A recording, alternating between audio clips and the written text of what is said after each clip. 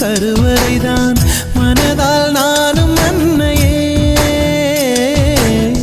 மறவேன் என்று முன்னையே நான் பாலை வனத்தில் விதை போல் நீ பருவம் தந்த மழை போல் என் காதல் செடியில் பூவும் பூத்ததே உன் விழி திறந்திருந்தால் விடியலி தேவையில்லை உன்னை நான் துறந்திருந்தால் உயிரது சொந்தமில்லை இத்தனையும் இனி கிடைக்குமா